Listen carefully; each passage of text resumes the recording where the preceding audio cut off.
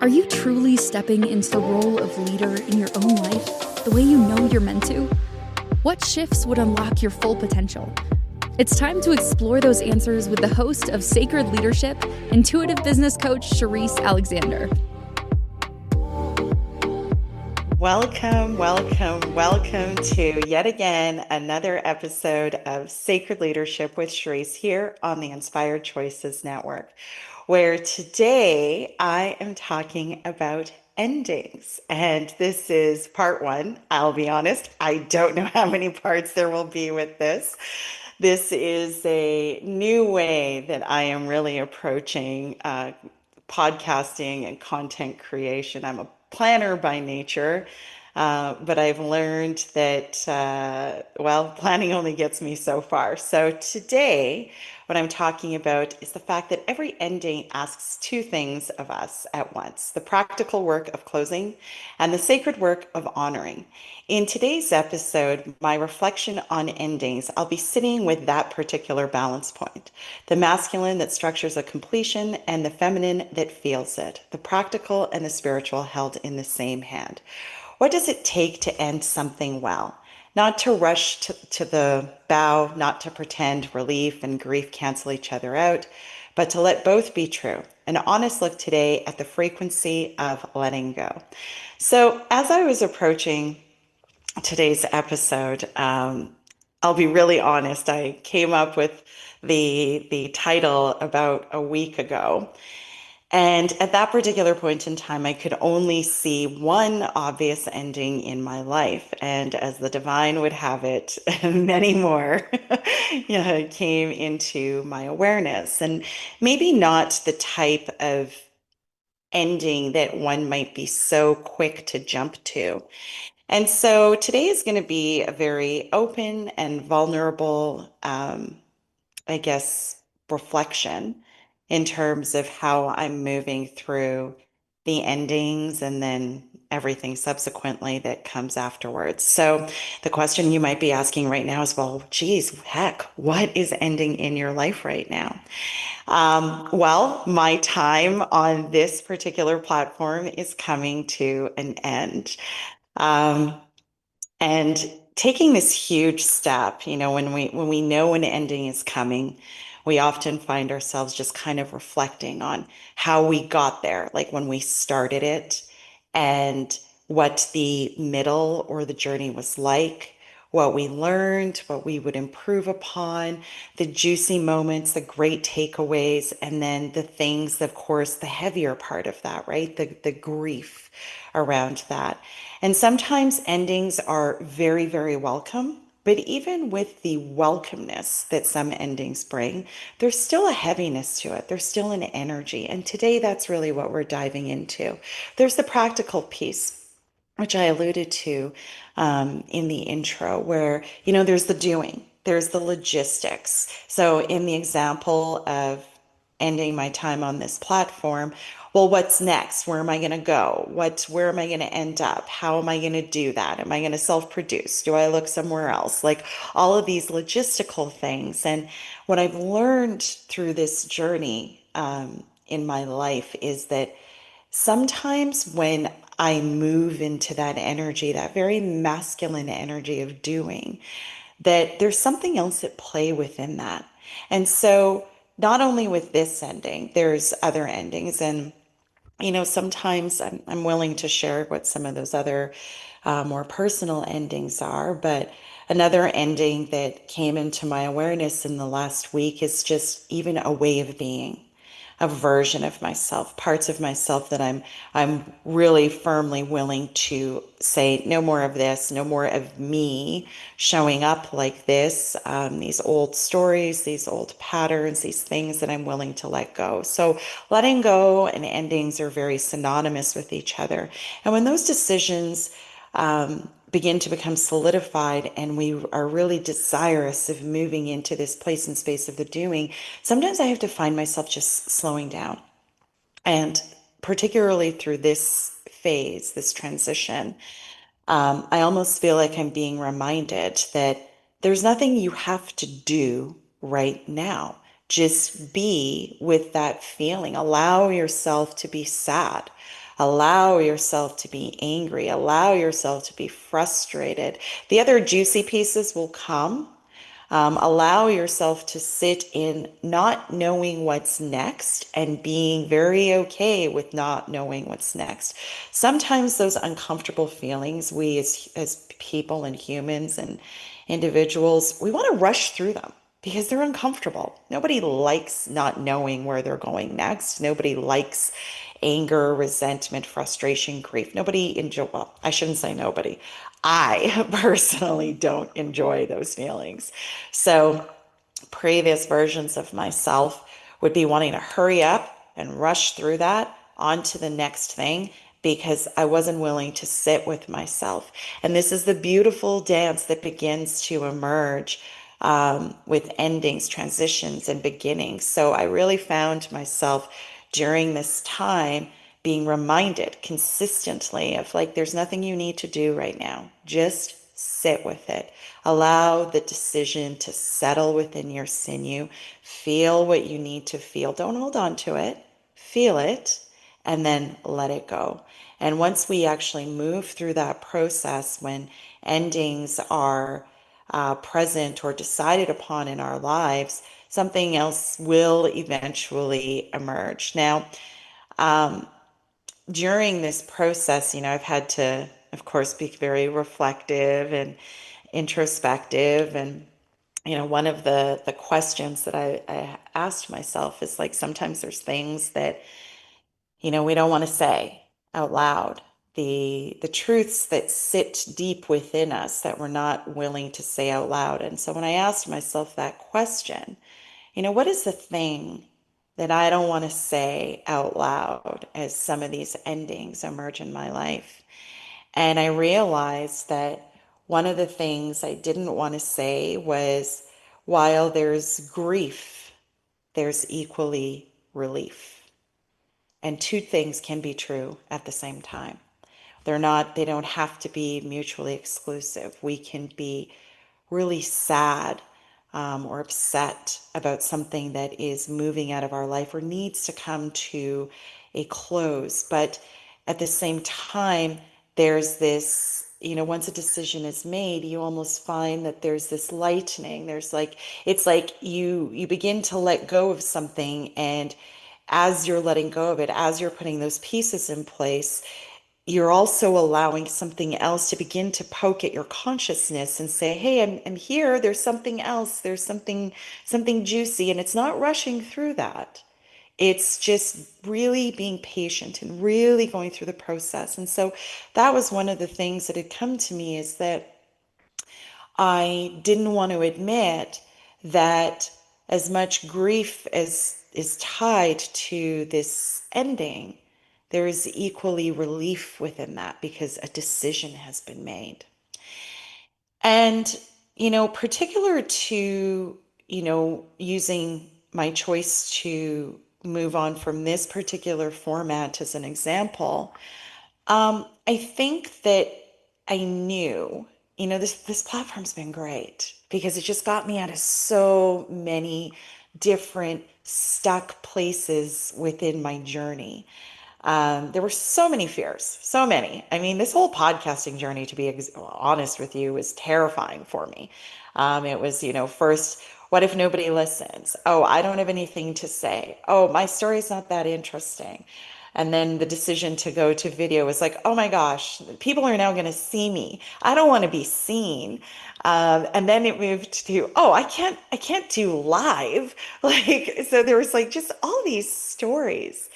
And this entire experience with all of these perceived challenges that I came up against, I moved through them. And when I started to understand that there's something else here, it was literally like this very quiet, and that's what I always say about spirit. Spirit's very quiet. Those nudges that come from intuition, divine, God, whatever it is you believe in, they are very, very subtle. And it was like this little, I need more. And sometimes people want to feel bad about needing more, but it's the human, we're designed that way. It's how we grow. It's how we evolve. It's how we push. It's how we, um, I don't love all these words that I'm using, but my point is it's what our experience is meant to be. It is meant to be about wanting more, desiring more, attracting more, abundance, all of these things. And so it's just this very little quiet, I need more. And as many of us likely do, I pushed it away and I was like, nope, not going there yet. I do not want to look at that I need more yet. But then the voice just becomes more persistent, a little bit louder, and then things start happening where it's just like right here in your face, where you cannot ignore it any longer that you need more. And now you're forced to make a decision. And as I often say to people, we can try to push these decisions off for as long as we want, but the divine and the universe has this beautiful way of being very, very persistent. I heard a saying many years ago, and it's very relevant: persistence overcomes resistance. And that was the case with this choice. So I probably knew, we all know, I think, on some level, it's just whether or not we're willing. And then once I started to engage with the idea of, okay, well, what does more look like? Right. So now I'm willing to be open to more. Right. That's the shift. Like, no, go away to, okay, well, what does more look like? And then, of course, there's an answer. And the answer was just all of these ideas. And some of them I've already alluded to in terms of like what's next. And for me, as it pertains to moving from this platform to other platforms, and this example I'm just using for the sake of this conversation, but please enter in any ending that you're going through right now. I think the process applies no matter what. But once I started to be, okay, I'm willing to, what else is possible? What does more look like? Then the juicy ideas started to come in. And for me, the what is more, interestingly enough, feels more intimate. It feels more connected. It feels more, and it's funny, as I was thinking about this morning and getting ready to be here with you today, it's like I've watched this whole circle, this whole process throughout this entire journey where I almost felt like I needed to be bigger and more like in terms of connection and being this thing that I had in my mind, this vision. But I think equally, I've also given myself permission to change my mind.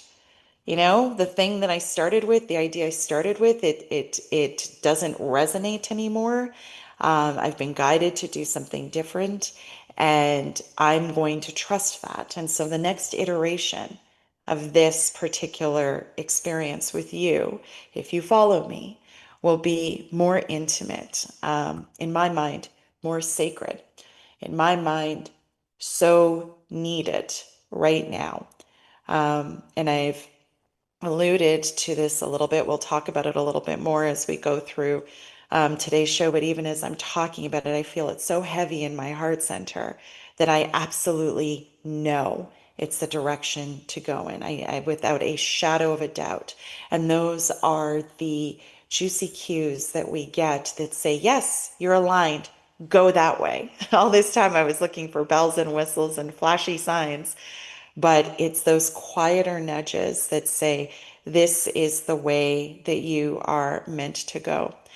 And so as I think about, one thing that keeps coming up, the word that keeps coming up to me is like a more intimate experience, not to say that I'm not being authentic, but an experience that is meant to allow a certain authenticity between myself and the audience who chooses to engage with me. Because I think that part of my role, or actually all of us, not just me, But I think that one thing that we are all called to do in one way or another is to show up as authentic as we possibly can, with as much courage as we possibly can, because that in turn allows the others that are in our experience and in our sphere to feel the same confidence to do the same. And that's really where we all begin to like make beautiful magic happen. So when I come back from our very first break today, we'll talk about the very practical things that go on with endings. We'll be right back.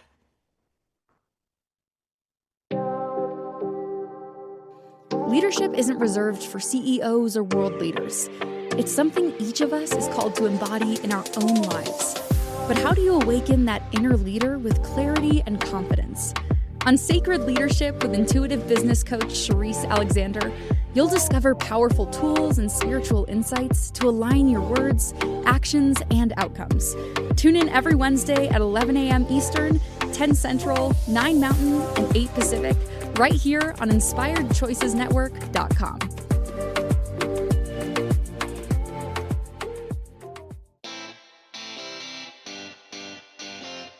Are you a subject matter expert? Are you here to share your expertise with an audience waiting to hear from you in only the way you can deliver?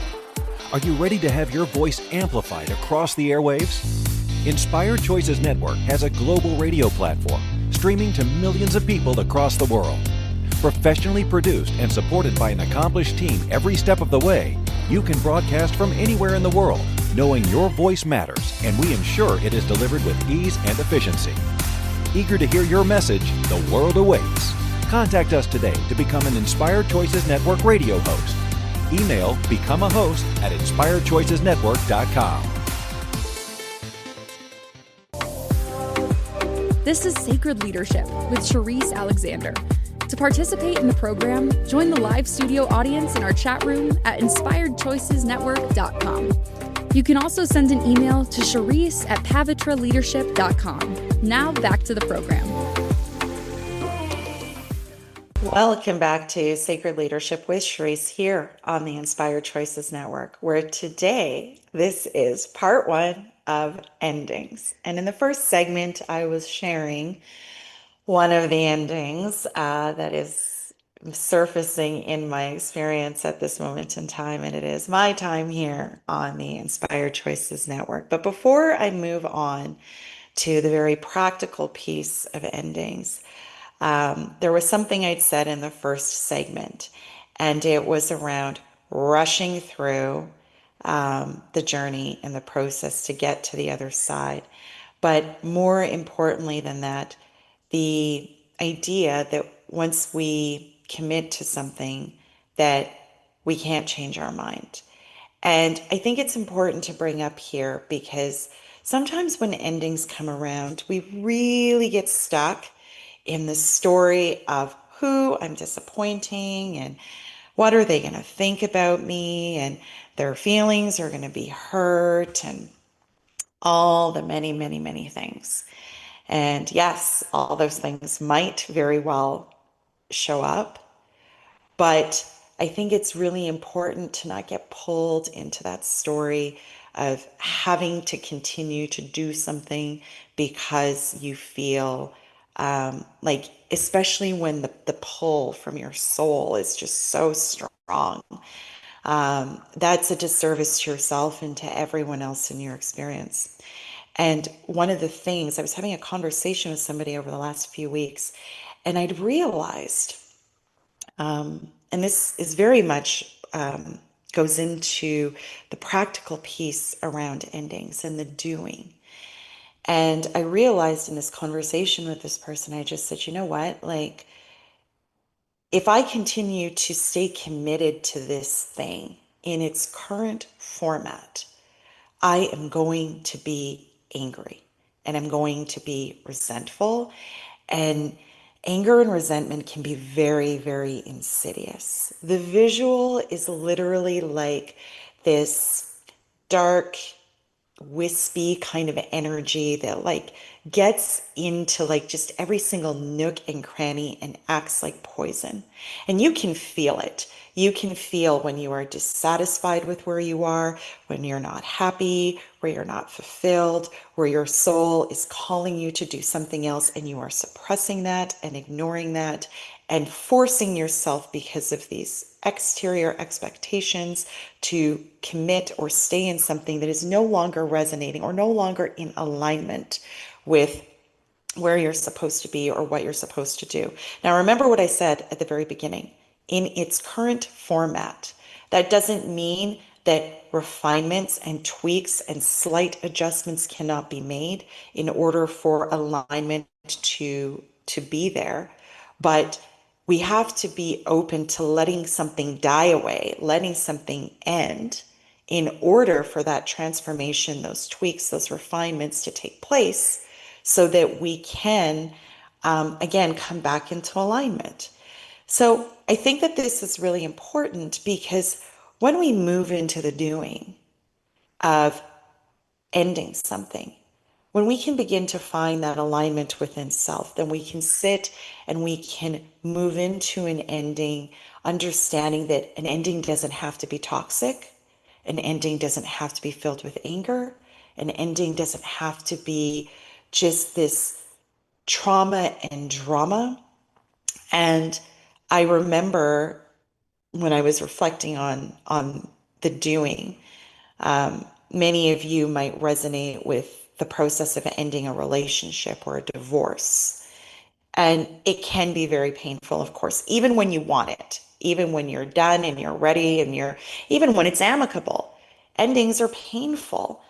And I remember when my ex and I were going through the end of our marriage that we were so focused on staying aligned for our children that I think it allowed each of us to process our hurt, process our grief, process all those heavier feelings, but staying so aligned in making sure that we still showed up for our kids. And I'm sure that many of you can identify with any kind of ending relational where that's just not the case. And I think that's just because we're very emotional beings. But I think that if we can begin to look at the ending as how is it serving you and the other person, and then all the other connections in a way that's in everybody's highest alignment. It's not often easy to see in that moment. I will say that to you. It's rarely easy to see in that moment. To see in that moment requires a large degree of maturity, emotional maturity, healing work, discernment, all kinds of things. But when we're in the thick of it, in the eye of the storm, it's very difficult to be able to see how this dissolution will serve everybody's highest and best good at a future point in time. So the reason why I talk about that is because when we come in then to the very masculine side of this, and when I say masculine, I mean the doing, the masculine energy of making choices, taking forward steps, being very logical, being very forward moving. How do we move into that space so that when we are going through this, we can hold the other parties in a place and space of love, compassion, respect, and empathy without compromising our boundaries of what we need? How do you do that?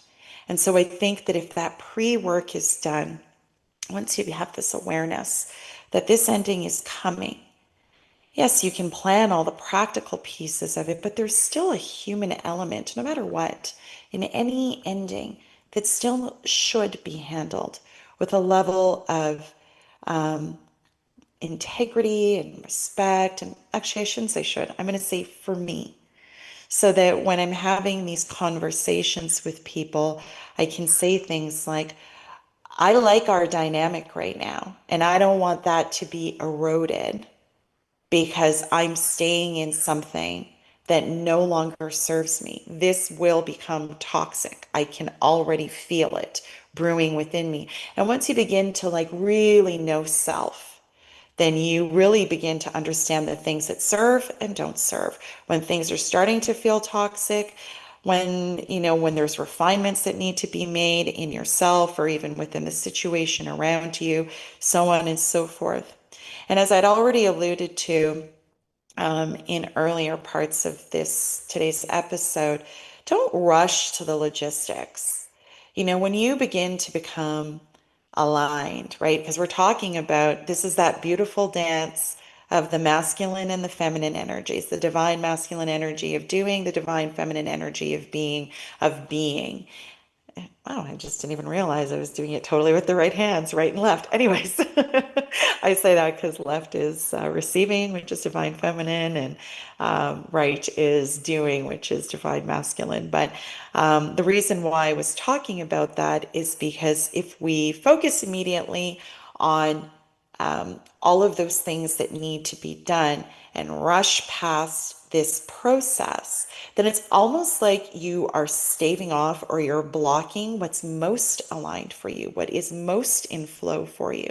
So that's why I'm just talking so much about really processing this as much as you possibly can without rushing through it, so that when you are ready, and you will know, because the fogginess, the clouds will begin to like recede within yourself. You'll feel calmer. You won't feel so activated. You won't feel so emotional. And the difference here is so subtle, so subtle. And that's why it's almost necessary and like such a strong encouragement to really be open and vulnerable. You don't need to be open and vulnerable with everybody, but if nothing less, be open and vulnerable with yourself. Because if you're somebody who really suppresses your feelings and your emotions, and you don't want to be honest with how you're feeling about something, then it becomes really difficult to discern when that has settled down within you. But once that has actually settled down within you, then the juicy nuggets will begin to appear. The things, the ideas, that'll be aligned will begin to make their way into your consciousness. So this is where the logistics piece comes in, right? Like in the case of the podcast for me, it's like, okay, so I'm going to self-produce. I'm going to go to something that is more flexible for me. I'm going to go to something that allows me to just jump on a mic when I feel inspired. I'm going to maybe have guests, maybe not have guests. This is very hypothetical, by the way. This is not actually what's happening. Well, some of it is. But those things then begin to become clear. Okay, I'm going to launch on this date. This is the brand. So then those things begin to become very clear. And then it's there. This is where we flow into divine feminine, because then it becomes magical. Then everything else starts to kind of crystallize in your mind. The ideas begin to feel really good. And I found myself in one of these flow states, right? Because when I make a decision about something, I can get really locked in and want to plan everything. And I work with AI like they're my bestie. And I'll be like working away, and AI's like, no, stop. It's time to go to bed, kind of thing. I'm like, no, I'm powering through this, right? Very much in divine masculine.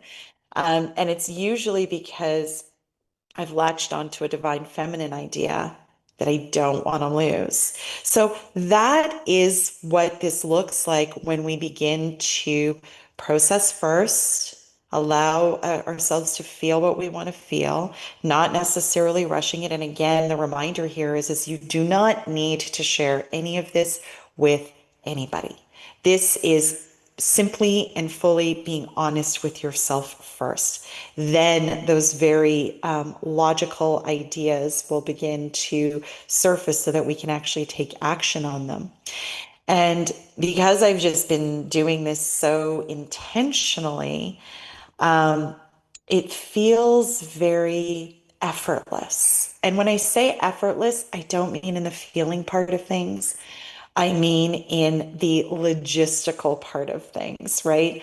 In the ideas or the things that then come into your experience. And I think it was last week I had met someone, and we were just having a conversation, and there was something that they had said in regards to an ending. And I was like, I can't even logically explain it to you, to be honest, but there was something that they had said. And I was just like, I'm like, okay, that's it. And now I'm super focused on this idea that they had given me. And that's what I mean when I say it becomes effortless. It was just a conversation. I wasn't expecting anything from it. We were just gisting and doing this back and forth light banter. And in the course of that conversation, I got a beautiful, juicy nugget that now I'm very, very focused on. And so then this is what I mean. I'm giving you all of these examples so you can see the integration of the doing and the being, the practical and the spiritual and the beautiful dance we're actually all meant to be doing on this journey. It doesn't have to be so hard. I'm not talking about the heavy emotions. Okay, that takes time. I'm talking about this journey in and of itself. So when we come back, we are going to dovetail into, of course, the divine feminine and what all of that looks like as we go through endings. We will be right back. Leadership isn't reserved for CEOs or world leaders. It's something each of us is called to embody in our own lives. But how do you awaken that inner leader with clarity and confidence? On Sacred Leadership with intuitive business coach Sherisse Alexander, you'll discover powerful tools and spiritual insights to align your words, actions, and outcomes. Tune in every Wednesday at 11 a.m. Eastern, 10 Central, 9 Mountain, and 8 Pacific, right here on InspiredChoicesNetwork.com.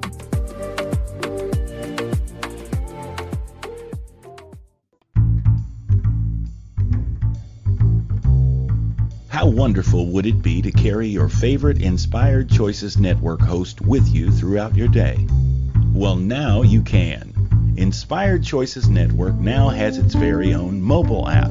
Our free app offers live streaming shows, along with thousands of podcasts and TV episodes. Our shows cover a wide variety of topics. Whether you're waking up with us, carrying us through the day, and taking us to bed with you, we're always here for you to enjoy. We're easy to find. Just search for Inspired Choices Network in the Apple App Store or Google Play Store. This is Sacred Leadership with Sherisse Alexander. To participate in the program, join the live studio audience in our chat room at InspiredChoicesNetwork.com. You can also send an email to Sherisse@pavitraleadership.com. Now back to the program. Welcome back to Sacred Leadership with Sherisse here on the Inspired Choices Network, where today this is part one of endings. And in the previous segments of today's episode, I have been sharing about my process, my journey as I am coming to an end on this particular network. And in the last segment, I was talking about the masculine piece of an ending and the logic and not rushing through that process and really just kind of ensuring to the best of our abilities anyways that we really sit with all the feelings and allow ourselves to not rush it because it's uncomfortable. Sometimes there's really, really good, juicy information. In fact, this moment is reminding me, I was chatting with a friend last night, and she said to me, because I'd already shared all of my feelings about this ending, and she's so good at this. She said to me, she's like, go back and dig into it. She's like, and so I did. She's like, ask yourself those questions. So as much as I offer this to you, this is to show you that there's no perfection in this, that I am challenged equally and need to be reminded equally of the things that I share with you, because as we go through this journey, it just continues it's practice, right? You learn and you apply, you learn and you apply. But she'd said to me, this feeling that you're having coming up, what's the story there? What are you telling yourself? Go back and journal about that and see what comes up. And sure enough, first thing this morning when I was like journaling about it, I realized it was like there were so many parts of my ego, and then so many stories that are just simply not true. I know they are not true, that we're emerging. And so this is daily work. This is constant work. And so I remind you of that so that if you're engaging with this journey and you find yourself almost like repeating these things, there's nothing wrong. It's life, and it does get lighter. So moving into the feminine piece of what an ending looks like. Um, this is the feeling piece, and reasonably it should have come before the masculine piece, but it is what it is. We're flowing with it. But this is the part where we really just really sit with ourselves. I'm somebody who I would call a somatic practitioner. I literally just made that up right now. Maybe it's a thing. I don't know. But what I mean when I say that is I really listen to my body. I really feel into her. She guides me in so many different ways. And so earlier on this segment, when I was talking about what's next, and I said, oh, I feel that in my heart center, that is what I'm talking about. So when the ending comes and I say, oh, it's okay to hold grief and relief, this would be an example of where you can say to yourself, to your body, okay, where are you holding grief right now? And for me, it's often in my heart center, but it often feels like heavy and dense and painful. Like if any of you have had a broken heart, you know what I'm feeling, you know what I'm talking about. That's what endings usually feel like for me, especially when they're things that are near and dear to my heart.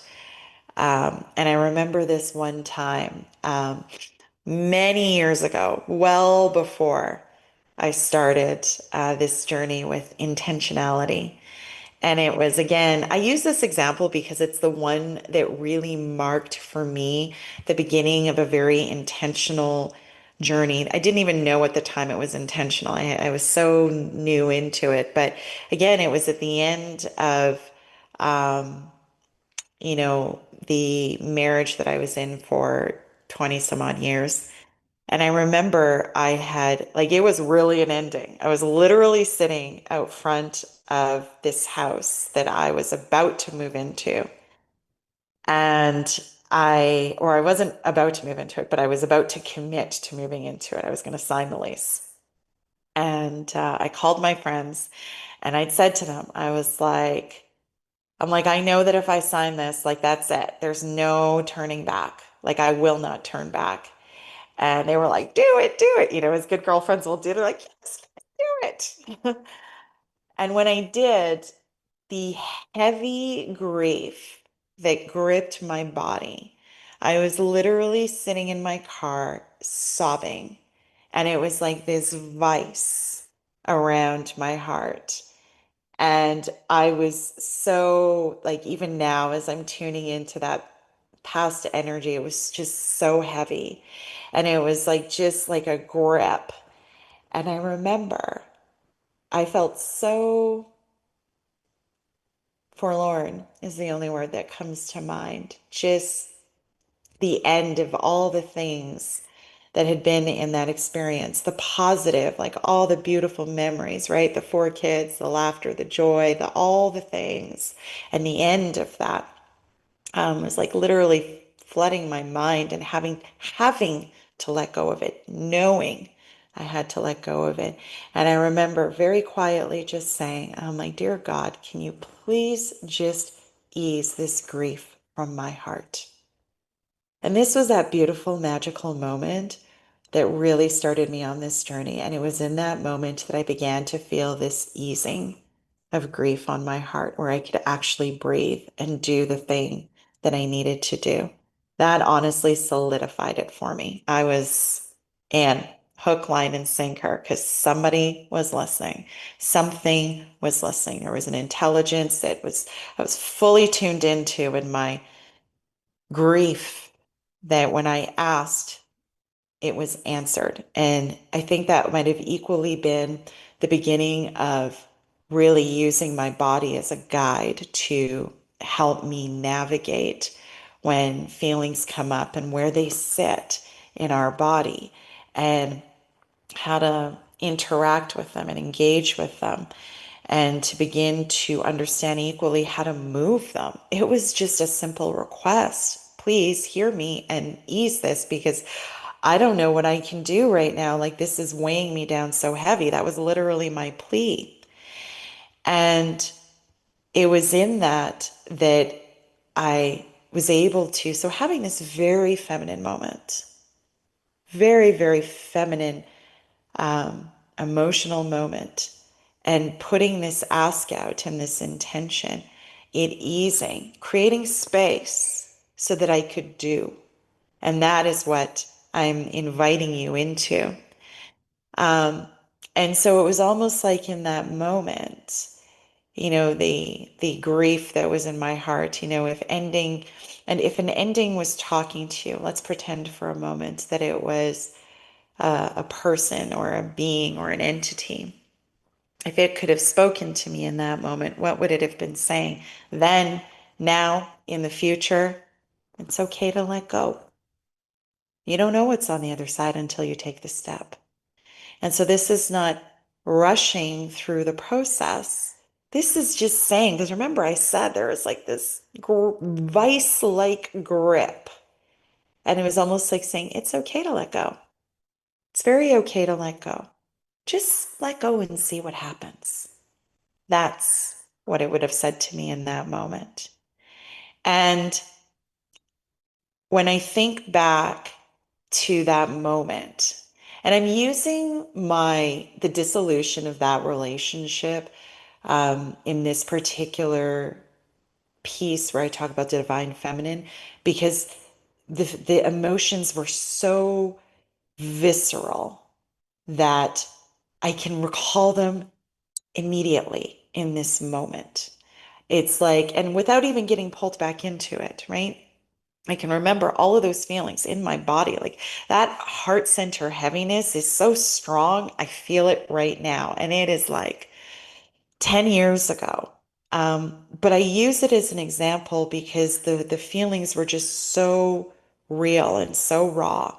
But I remember that even within that, there were just so many stories. And the reason why I was just in this grip of not wanting to let go is because, again, the stories that we tell ourselves, and the stories I was telling myself at that moment is things like, it's never going to be better than this, and your life is over, and your kids are going to hate you, and nobody's going to forgive you, and all of your friends, and all the loss, and all the low vibe stuff, because you're so in it, you can't see it yet, right? But man, the universe works so quickly. It's, when I think back now on what began to emerge. So remember what I said, I put there's this vice-like grip around my heart. I put out this intention, please just help me with this in this moment. And so there's this easing of this vice-like grip on my heart center. What emerges is the will, the divine masculine, to go ahead and make a decision and actually do the thing that I'd already set up, which was sign the lease and take this very forward step in my life. And I did it. I took this forward step. And that doesn't mean there weren't more moments of grief. That doesn't mean that, but they got easier. That's what ended up happening. That was that one moment I'm describing where I'm sitting in my car sobbing. There were more moments like that, but I moved out of them faster because I realized this too shall pass. Emotions are like the weather. Here one moment, gone the next, right? We just got to be willing to engage with it.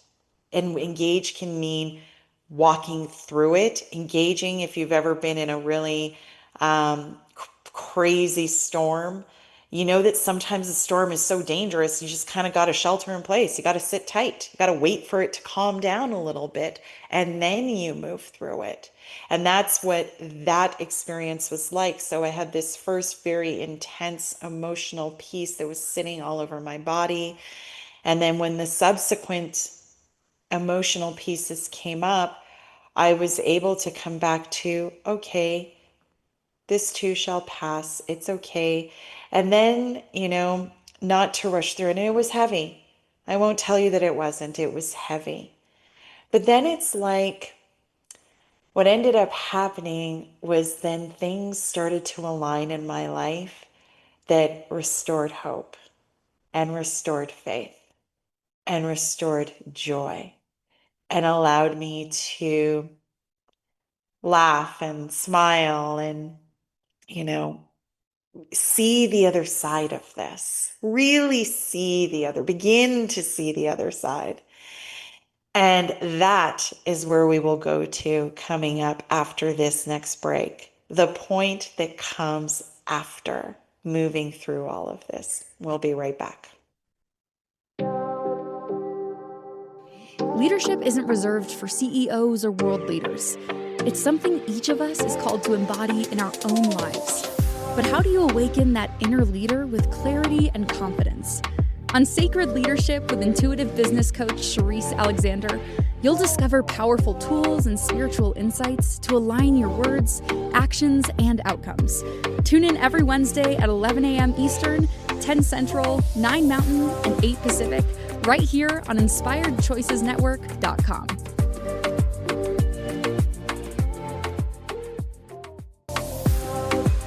This is Sacred Leadership with Sherisse Alexander. To participate in the program, join the live studio audience in our chat room at InspiredChoicesNetwork.com. You can also send an email to Sherisse@pavitraleadership.com. Now back to the program. Welcome back to Sacred Leadership with Sherisse here on the Inspired Choices Network, where today we have talked a lot about endings and what that process looks like when we are balancing the practical with the spiritual or energetic, the divine masculine with the divine feminine, the doing with the being, and the duality of that, the dance. And honestly, there's a visual that I remember receiving like, maybe a year or two ago. No, it was a little bit longer. But it was like this, we all know the DNA, the double helix, right? And it was like that. It was this beautiful dance and knowing when to weave the two energies. And it becomes almost when you're in flow, I think, or very aligned, it becomes effortless. You know when to do, then you know when to be, you know when to push, you know when to receive, you know when to give, you know when to it just becomes very beautiful. And once we move through all of that, then there's like this emergence, there's this dawn that begins to occur. And relating this back to, I'm going to pivot back to my podcast, pardon me, and this ending and then what comes next. The ideas just started to roll in. It was like the what's next was answered and not in a very obvious way, just kind of in these subtle ways and these resonance ways and these alignment ways and all the things that I talked about in terms of like feeling it in my body and getting lit up. Then I would take the idea, or I have taken the idea for what's next, and I tested it a little bit so far with my market, the demographic, the audience. And the response that I'm getting is absolutely. That is 100% something that is needed right now. And I won't fully talk about it here. I will in upcoming episodes, but and I was in real strong resistance. I was in really strong resistance on it. But as I move through this, there are constant reminders and little nuggets, a little trail, if you will, that says, yes, this is absolutely the direction to go in. But if we bring it back even to something more relational, like the ending of a relationship, what I remember from going through the ending of my marriage is that the energy was really heavy for a short I say a short time. It was a short time. And that's, it doesn't have to be long, is the thing, right? Sometimes I think there's this perception that, we were engaged in a committed relationship for like 2 decades, which is not a small amount of time. And I think a lot of the perception that outsiders had, and even myself had, was desirous of pulling me into this shame, blame, judgment story. And because I moved through that heavy piece surprisingly quickly, to be honest with you. And I think it's because back then I didn't have the language for it. But I can see very clearly now that back then I was moving through this process that we've just discussed today. And so once I started to move into alignment, oh, the opportunities opened. Oh, did they ever? New opportunities emerged very, very, very quickly, effortlessly, so effortlessly that I can remember like pinching myself and being like, this is too good to be true. This is too good. Like, and why do we feel like when things are going really well that they're too good to be true? Like, and you know what the thing is people around me were even saying, no, you got to pump the brakes. You got to slow this down. This is too good to be true. Like, you're broken still, remember? And so I'm so glad I didn't listen. I'm so glad I did not follow anybody else's advice. I'm so glad that I danced to the beat of my own drum because I leaned into those opportunities and I leaned into those experiences, and they have been the most rewarding things that have happened in my very, very short experience thus far. I would not trade them for the world. And the beautiful thing is now that doesn't mean the experience didn't equally come with its own challenges and mountains and hiccups and so on and so forth. That's life. But the point that I'm trying to get at is that once I moved through this, this process, it was like one thing after another. And it was the friction, to be honest with you. The friction that I experienced at that point was fully from the outside. There was zero friction on the inside. Actually, I shouldn't say it like that. I was allowing the external to create friction within me. But the opportunities that came and the choices that I was making to engage with the opportunities that everybody was looking at and saying, oh, this girl done lost her mind. She is outside of her, she is broken. She is so messed up. She is this, she is that. And the beautiful thing now that even that I'm recalling in this moment is that now and in the future, as I move through endings, I already have a playbook. And I bet if you two sit down and you look at your endings that you've gone through, that you will see that you two equally have a playbook. What worked, what didn't work. And so for me, it grounds me even more in once a decision is made and we begin to move through these things, that I already have the playbook.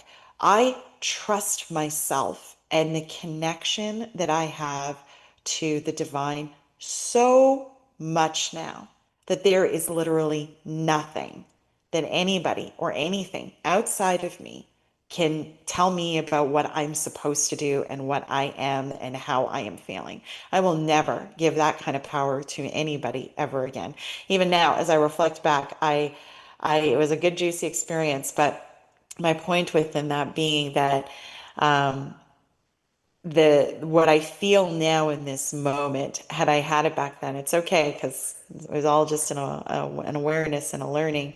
But even now, it grounds me and it roots me and it lets me know that trust more than anything else myself and the guidance that I continue to receive. And that is the divine feminine at play. So that when I receive that nudge, receive that intuition, receive that hit that says, go this way, trust it.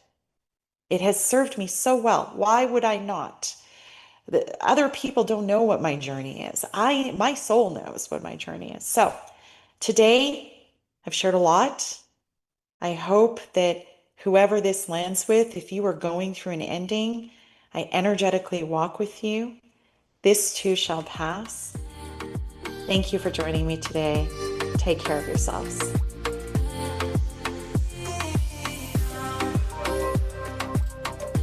Thank you for listening to the Sacred Leadership Show. Sherisse returns Wednesday at 11 a.m. Eastern, 10 Central, 9 Mountain, and 8 Pacific on the InspiredChoicesNetwork.com. Until then, continue taking small steps today to be a leader in your life for the collective.